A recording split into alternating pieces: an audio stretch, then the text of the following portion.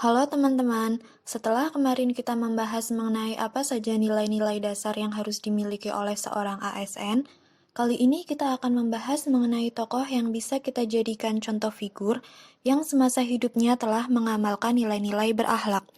Tokoh yang kami angkat kali ini adalah Hugeng Iman Santoso. Beliau merupakan mantan jenderal polisi yang menjabat dari tahun 1968 sampai 1971. Jenderal Hugeng lahir di Pekalongan pada 14 Oktober 1921 dengan nama lahir Iman Santoso dan wafat di Jakarta pada 14 Juli 2004. Nilai berorientasi pelayanan tergambarkan ketika Jenderal Hugeng Iman Santoso menjabat sebagai Kapolri. Beliau melakukan pembenahan beberapa bidang yang menyangkut struktur organisasi di tingkat Mabes Polri. Hasilnya, struktur yang baru terkesan lebih dinamis dan komunikatif. Pada masa jabatannya, terjadi perubahan nama pimpinan polisi dan markas besarnya. Berdasarkan Kepres nomor 52 tahun 1969, sebutan Panglima Angkatan Kepolisian RI atau Pangak diubah menjadi Kepala Kepolisian RI atau Kapolri. Dengan begitu, nama markas besar Angkatan Kepolisian pun berubah menjadi Markas Besar Kepolisian atau Mabespol. Jenderal Hugeng terkenal sebagai polisi paling berani dan jujur di Indonesia oleh media dan masyarakat. Beliau hidup pada era di mana banyak pejabat pemerintah yang korupsi. Abdurrahman Wahid, mantan Presiden Indonesia, pernah memuji kejujuran beliau. Abdurrahman Wahid mengatakan bahwa hanya ada 3 polisi jujur di negara ini, polisi tidur, patung polisi, dan Hugeng. Beliau mendapat berbagai penghargaan dan rekor muri sebagai polisi paling jujur sedunia.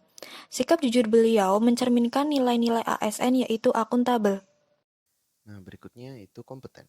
Meskipun beliau merupakan lulusan hukum, ketika beliau mengikuti kursus untuk menjadi perwira polisi, beliau memantapkan tekadnya untuk bekerja dengan baik.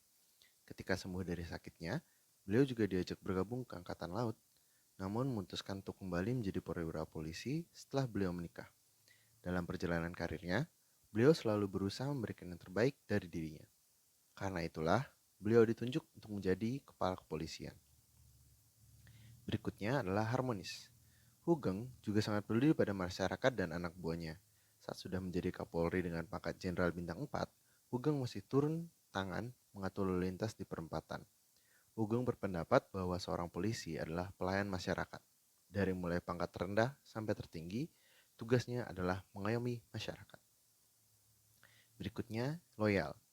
Sebuah cerita menarik di mana saat beliau menjabat sebagai Kepala Imigrasi atau yang saat ini kita sebut dengan Dirjen Imigrasi, di saat yang bersamaan, Ibu Mary, yaitu istri beliau, telah memulai usaha bunga yang cukup baik. Nah, pada saat beliau diangkat, beliau berpesan kepada ibu untuk menutup tokonya tersebut.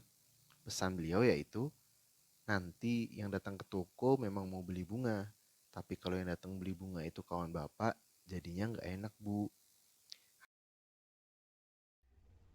Pak Hugeng adalah orang yang adaptif. Beliau pandai bermain peran, bermusik, dan juga melukis. Pada masa luangnya, beliau menghabiskan waktu dengan melukis. Dan saat pensiun, lukisan tersebut dijual untuk kepentingan pribadi maupun untuk kepentingan sosial. Beliau juga merupakan seorang yang kolaboratif. Ketika diajak oleh Muhammad Nasir, beliau ikut serta dalam pembuatan landasan dasar kepolisian militer yang pada mulanya bernama Satuan Penyelidik Militer Laut Khusus. Hal tersebut merupakan bentuk kolaborasi antara beliau dan anggota Polisi Militer Angkatan Laut.